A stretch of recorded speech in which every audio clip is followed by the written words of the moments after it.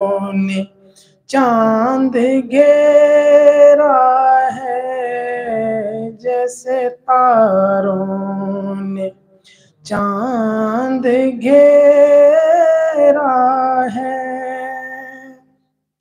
یہ میری آخری تمنا ہے۔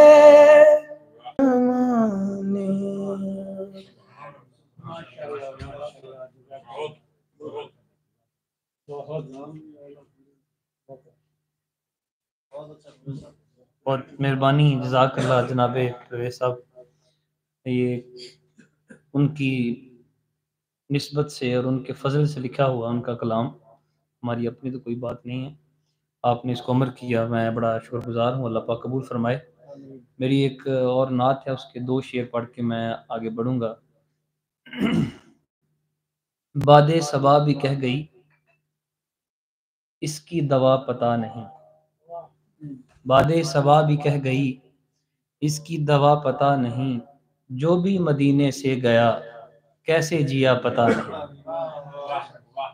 اور اس کا آخری شعر پڑھ دیتا ہوں۔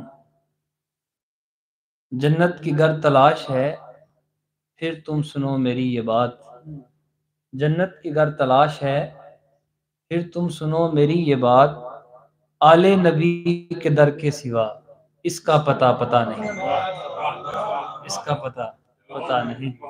میں ملتمس ہوں جن کی پہچان ہی آل نبی کا نام ہے، اور یہ بہت بڑی پہچان ہے، اللہ پاک قبول فرمائے ان کے صدقے سے ہماری بھی حاضری، ہماری وجہ سے ان کی حاضری۔ میں ملتمس ہوں جناب راؤ غلام فرید صاحب سے تشریف لائیں، آل نبی کے دائی ہیں، اللہ اور اس کے رسول کا پیغام اور پائتن پاک کا کلام جو ہے وہ پورے پاکستان میں سناتے ہیں، اللہ ان کی حاضری قبول فرمائے، آمین۔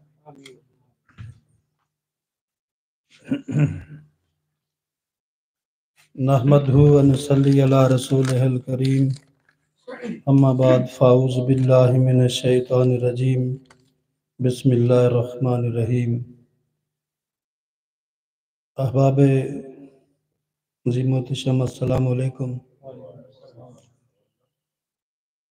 فیضان ایوب صاحب کا لکھا ہوا کلام بڑی خوبصورت آواز میں ماسٹر پرویز صاحب نے پڑھا، دل کو بڑا سرور آیا۔ اس کلام کا ایک حاصل کلام شعر تھا، کائناتی نظام کو دیکھا ہے والضحیٰ کے سوا اندھیرا ہے، یوں خیالوں میں تیرا چاند سپے کر چمکے، یا سید یا رسول اللہ، یوں خیالوں میں تیرا چاند سپے کر چمکے، چاندنی راتوں میں جیسے سمندر چمکے،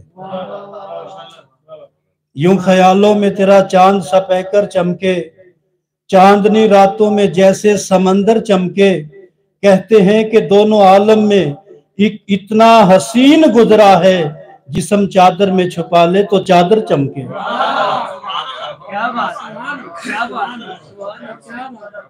دونوں عالم میں اتنا حسین گزرا ہے، جسم چادر میں چھپا لے تو چادر چمکے، اور نام محمد کتنا میٹھا ہے فریدی، لکھ دیا جائے کاغذ پہ تو کاغذ کا مقدر چمکے، لکھ دیا جائے کاغذ پہ تو کاغذ کا مقدر چمکے۔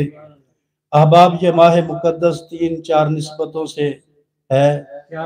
3 شعبان کو امام علی مقام کی آمد ہے، 4 شعبان کو مولا غازی عباس کی آمد ہے، اور 14 شعبان کو اللہ نے قرآن کو نازل کرنا شروع کیا۔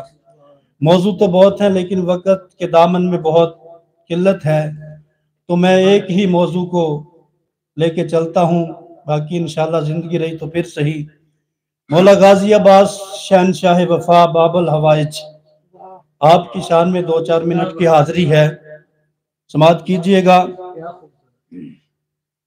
ابن سعد 9 محرم کی پچھلی رات 22,000 کا لشکر لے کے کربلا معلیٰ پہنچا۔